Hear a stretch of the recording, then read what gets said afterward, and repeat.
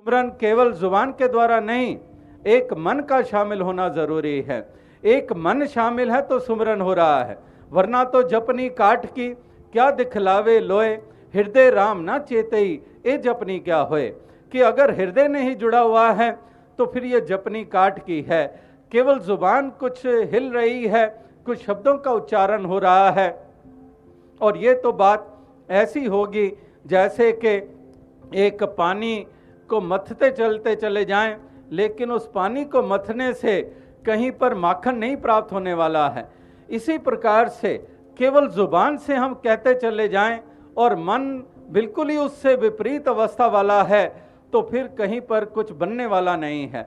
तो जब सुमरन की बात आती है, इस हरि की यश कीर्ति की बात आती है, तो उसका नाता केवल रचना से नहीं है, उसका नाता एक मन से है। इसलिए कहते हैं कि एक हरि का सुमरन, इस परमात्मा का सुमरन, इसलिए कहते हैं कि एक जपनी काठ की क्या दिखलावे लोए, हृदय राम ना चेतई ये जपनी क्या होए। कि हृदय करके हम इस प्रभु परमात्मा, इस निराकार, इस दातार का सुमरन करें, इस ईश्वर का गुणगान करें। और मन को अगर एहसास हो गया, मन अगर एहसास में है, तो इसका सुमरन हो रहा है। चाहे वो शब्द के द्वारा, जुबान के द्वारा इस परमात्मा का नाम नहीं लिया गया है, लेकिन एहसास बना हुआ है। एहसास है तो सुमरन हो रहा है। और दूसरी तरफ जुबान तो है, जुबान तो कह रही है, लेकिन मन कहीं और लगा हुआ है। जैसे एक किनारे, सड़क के किनारे के ऊपर बैठा हुआ एक इंसान, उसकी जुबान से राम राम या अल्लाह अल्लाह का शब्द सुनाई देता है, लेकिन कोई सुनकर ये कहे कि ये तो इस प्रभु परमात्मा के रंग में रंगा हुआ है, एक राम का नाम ले रहा है, अल्लाह का नाम ले रहा है। लेकिन अगर उसकी मन की अवस्था देखें, वो सड़क के किनारे पे बैठा हुआ, जुबान से तो राम राम अल्लाह अल्लाह कह रहा है, लेकिन सारा ध्यान उसका इस ओर लगा है कि मेरी आवाज़ को सुनकर इस सड़क से गुजरने वाले मेरी तरफ कौन कौन देख रहे हैं, और मुझे देखने के बाद मेरी तरफ कदम बढ़ा रहे हैं, और मेरी तरफ कदम बढ़ाते हुए अपनी जेब में हाथ डालकर कुछ सिक्के निकाल रहे हैं कि नहीं निकाल रहे हैं। तो सारे का सारा ध्यान उस ओर लगा हुआ है। लेकिन जुबान जो है वो राम का नाम ले रही है, तो ये सुमिरन नहीं है। सुमिरन जब मन का नाता जुड़ा हुआ है, इस हरि परमात्मा के एहसास से जीवन जी रहे हैं। अगर एहसास से जीवन जी रहे हैं तो इसमें डूबे हुए हैं, इस नाम के सरोवर में डूबे हुए हैं। मैल उतरती चली जाएगी, मैल कहीं बदन पर जमने नहीं पाएगी, विपरीत भावनाएं मन में पैदा नहीं होंगी। करुणा, दया, स्नेह, प्रेम का भाव ये उत्पन्न होता चला जाएगा, और स्वच्छता ही स्वच्छता, निर्मलता ही निर्मलता, पावनता ही पावनता ये जीवन में आती चली जाएगी। इसलिए महापुरुष संत जन यही कहते हैं कि इस हरि परमात्मा से नाता जोड़ना है तो मन पवित्र हो जाएगा, मन सुंदर हो जाएगा, और मन सुंदर हो जाएगा तो जीवन सुंदर हो जाएगा। मन सुंदर नहीं है तो जीवन सुंदर नहीं होगा, मन आनंदित नहीं होगा अगर इस मालिक के साथ ये मन का नाता ये नहीं जुड़ा हुआ है। तो आओ साथ संगत, इसलिए मन के ऊपर बहुत जोर दिया है महापुरुषों ने। माला तो कर में फिरे, जीभ फिरे मुख माहे, मनवा तो दिस फिरे, ये तो सुमरन ना है। कि माला तो हाथ में फिर रही है, माला के मन के हाथ में घुमा रहे हैं, लेकिन एक माला तो कर में फिरे, कर कहते हैं हाथों को, माला तो कर में फिरे और जीभ फिरे मुख माहे, लेकिन मनवा तो दिस फिरे, ये तो सुमरन ना है। इस प्रकार से ये सुमरन नहीं है, इस प्रकार से ये भक्ति अर्चना नहीं है। अगर मन ही शामिल नहीं है तो फिर कौन सी पूजा, कौन सी अर्चना हो रही है। तो अब साथ संगत, बदन तो नहा रहा है, शरीर नहा रहा है, हाथ में माला के मणके घूम रहे हैं, मन के मणके नहीं घूम रहे हैं। इस प्रकार से एक विकार जो हैं वो मन से निकल नहीं रहे हैं, तो फिर बाकी क्या मुंडवाया गया। तो कहने का क्या भाव है, कहने का तात्पर्य यही है कि वाकई जो इस तरह से इस मन का नाता इस प्रभु परमात्मा ईश्वर के साथ जोड़ लेता है, फिर वो उठते बैठते इसके एहसास में जीवन जीता है, और उसका एक एक पल, एक एक क्षण जो है वो सुंदर हो जाता है। जैसे आज भी महापुरुष कह रहे थे और यहाँ पर लिखा भी हुआ है कि किस तरह से एक गुलशन बन जाता है ये जीवन, एक संसार को भी हम गुलशन बना लेते हैं। जब मन सुंदर हो जाता है, जीवन सुंदर हो जाता है, जुग सुंदर, सदियां सुंदर, हर पल सुंदर, गर मानव जीवन हो सुंदर। तो इस प्रकार से एक मन की सुंदरता ही एक जीवन को सुंदर बनाती है। मन की सुंदरता ही स्थान को सुंदर बनाता है। मन की पावनता है तो स्थान को भी पावनता मिल जाती है।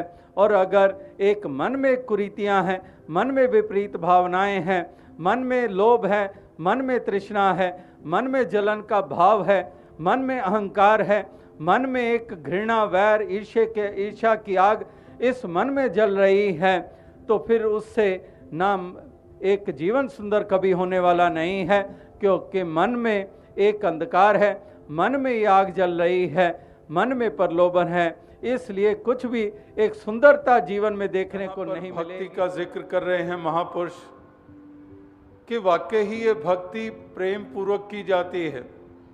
जो भक्ति जिसको हम कह रहे हैं, प्रेम को एक तरफ रखकर भक्ति भक्ति रहती ही नहीं है। इसीलिए प्रेमा भक्ति का शब्द का इस्तेमाल जब हम करते हैं, उसके पीछे भाव यही है कि एक प्रेम सहित की गई भक्ति, भाव सहित की गई भक्ति वही वास्तविकता में परवान होती है, उस भक्ति को ही महत्ता प्राप्त होती है। अगर प्रेम नहीं है तो फिर भक्ति भी भक्ति नहीं हो पाती है, वो भक्ति कहलाती भी नहीं है। इसलिए प्रेम भाव का होना जरूरी है, और प्रेम भाव का होना भी जरूरी केवल प्रेम के लिए, कोई किसी कामना के लिए नहीं। जैसे कहा है कि बेगर्ज जिनादी उल्फते वो नमाज दी कीमत नहीं मांग दे, कि जो बेगर्ज उल्फत यानी कि प्रीत, वो प्रेम, वो नमाज की कीमत नहीं मांगते हैं। यानी कि जो भक्ति की जाती है वो निष्काम भाव से की जाती है।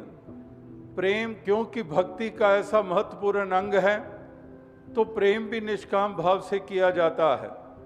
बेगर्ज जिनादी उल्फत है, वो नमाज की कीमत नहीं मांग दे, कि वो नमाज की कीमत नहीं मांगते हैं, वो कोई सेवा किए हुए की कीमत नहीं मांगते हैं, वो कोई सत्संग किए हुए की कीमत संसारिक लिहाज से नहीं मांगते हैं, वो सुमरन किए हुए की कीमत नहीं मांगते हैं। वहाँ पर केवल करना होता है, वहाँ पर केवल समर्पित किया जाता है, वहाँ पर केवल अपनी उस प्रीत को निभाया जाता है। वो कोई नमाज की कीमत नहीं मांगी जाती है। गर्ज दियाँ बुनियादां ते जो टिके आए वो प्यार नहीं। जो गरज की बुनियादों के ऊपर टिका हुआ है वो प्यार रूपी सुंदर महल इमारत हरगिज नहीं है, क्योंकि वो एक गर्ज के ऊपर टिका हुआ है। तो इसलिए प्रेम भक्ति ये केवल और केवल प्रेम प्रेम के लिए, भक्ति भक्ति के लिए। जिस प्रकार से हम महापुरुषों के वचन सुनते हैं कि भक्ति में बेकल शर्तें हैं वर्जित, भक्ति है कर देना खुद को समर्पित, कि इस प्रकार से एक शर्त नहीं होती है, कोई प्री कंडीशन नहीं होती हैं।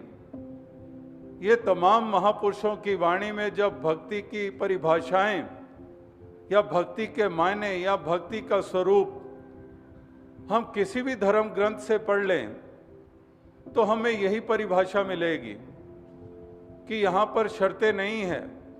वही बात के बेगर्ज जिनादी उल्फत है, कि कोई गर्ज नहीं है, कोई शर्त नहीं है, केवल इस प्रीत को निभाया जाता है, केवल अपने आप को समर्पित किया जाता है। भक्ति केवल प्राप्तियां होने के कारण है, और अगर प्राप्तियां नहीं है तो भक्ति भी नहीं है, प्रेम भी नहीं है। तो इस प्रकार से कहने का भाव यही है कि भक्त महापुरुष संत जनों की भक्ति ये संसार के तरह नहीं है। विशेष भक्त उसी को माना गया है जो इस निराकार दातार को कदम कदम के ऊपर विशेषता देते हैं, जो धन निरंकार के शब्द का केवल इस्तेमाल नहीं करते, जो कदम कदम श्वास श्वास के ऊपर इस निराकार को धनता देते हैं, जो इस संसार को धनता नहीं देते, इस निराकार के तुल्य, जो संसारिक सिलसिलों को भक्ति के तुल्य विशेषता नहीं देते हैं। तो इस प्रकार से ये संत महात्मा ये निरंतर इस प्रकार से अपने जीवन की यात्रा को तय करते हैं और प्रार्थना भी यही करते हैं कि दातार ऐसी कृपा करो कि ऐसी जो खुराक हमें मिलती है, जो हमें मनों को मजबूती देते हैं, जो कहीं पर लड़खड़ाते हैं कदम इन संसार की हवाओं को के असर को ग्रहण करके, तो ऐसी दातार कृपा करो कि ये कदम लड़खड़ाएं नहीं, ये डगमगाएं नहीं, हमेशा ही अडोल अवस्था में रहकर हम इन कदमों को आगे से आगे ले जाते चले जाएं। परिस्थितियां तो करवटें बदलती रहती हैं, जैसे वो अंग्रेजी में भी कहावत है, you cannot direct the winds, you cannot change the direction of the winds, but you can adjust your sails. हवाओं का रुख हम कहाँ बदल सकते हैं, लेकिन अपने आप को हम इस प्रकार से वो दिशा दे देते हैं, इस प्रकार से उस सेल की एक उसके रुख को बदला जाता है। कहने का भाव क्या है कि इस प्रकार से वो मजबूती ये प्राप्त होती है, और ये जो संसार में विचरण करते हुए, ये तमाम परिस्थितियों में से गुजरते हुए, इसीलिए जो एक कर्म भूमि जिसको हम कहते हैं कि कर्म के क्षेत्र में रहकर इस प्रकार से अपने कर्तव्यों का पालन किए चले जाना, एक भक्ति जिसको हम कह रहे हैं, ये भागने का नाम नहीं है, ये जागने का नाम है। तो इस प्रकार से एक भक्ति हमेशा ही संत महात्मा भक्तजन वो इसी प्रकार से करते आए हैं, जिन्होंने इस निराकार दातार के साथ अपनी प्रीत लगाई, और ये प्रीत किसी शर्त पे ऊपर आधारित नहीं की, ये किसी पाने और खोने के साथ नहीं इसको जोड़ा। हमेशा ही वो हर हाल में इस निराकार के गुणगान भी करते चले गए हैं, और इसी प्रकार से वो अपने आप को इसी को समर्पित करके इस जीवन के सफ़र को वो तय करते चले गए हैं। तो आओ साथ संगत, कहने का भाव यही है जो दास बात कह रहा था कि महापुरुष संत जन भक्तजन वो जो कुछ भी सत्संग में सुनते हैं और जो कुछ भी सत्संग में सुनाई देता है, ये आधारित होता है उस रोशनी के ऊपर, उस ज्ञान के ऊपर, उस बोध के ऊपर। और वो ज्ञान, वो बोध जो हमें मुक्ति भी प्रदान करता है, जिस ज्ञान के होने के बाद ही भक्ति को सही स्वरूप मिलता है। जिस तरह से हम निरंतर पढ़ते सुनते आ रहे हैं कि इस निराकार दातार के बोध के बगैर की हुई भक्ति भक्ति भी नहीं कहलाती है, वो भी एक जिज्ञासा हो सकती है, वो केवल एक प्राप्ति की इच्छा हो सकती है, वो केवल और अन्य प्राप्तियों के लिए वो की हुई क्रियाएं हो सकती हैं। लेकिन असल भक्ति की यात्रा आरंभ होती है एक इस सत्य का बोध हो जाने के बाद। बिखराव में है ये जो बटा हुआ है, ये इंसान इस प्रकार से जागरूक हो जाए कि ये मिलजुल कर रहें। श्री गुरु नानक देव जी महाराज ने भी मिलजुल कर वरना वरन न भावे खे खे जले बांध संग्यारा, जो महापुरुष गुरु पीर पैगंबरों ने ये दृश्य खींचा था, देखा था उन्होंने कि कैसे बटे हुए हैं जाति के नाम पर, मजहब के नाम पर। तो इस प्रकार से उन्होंने भी यही चाहा था और यही प्रयास थे कि इस एक के साथ जुड़ जाएं, इस एक का बोध कर लें, और फिर इंसान एकता के सूत्र में इस कदर बंध जाए कि मानव मानव को प्रिय होने लग पड़े, मानव मानव से नफरत ना करे, मानव मानव के प्रति घृणा का भाव ना रखे, मानव को कीड़े मकोड़े समझकर उसको पांव के नीचे न रौंदे, एक हितैषी बने एक मानव दूसरे का। यही उन्होंने चाहा था और इसीलिए उन्होंने इसी पे आधारित उनके संदेश, उनके पैगाम, उनके उपदेश ये संसार के सामने आए और इसी प्रकार से उन्होंने ये महान ये योगदान भी दिए, चाहे वो सतयुग हो, त्रेता हो, द्वापर हो, कलयुग हो। हर युग में, हर दौर में गुरु पीर पैगंबर और संतों, भक्तों, महात्माओं ने वो इसी प्रकार से ये मानव एकता स्थापित करने के लिए अपने योगदान दिए।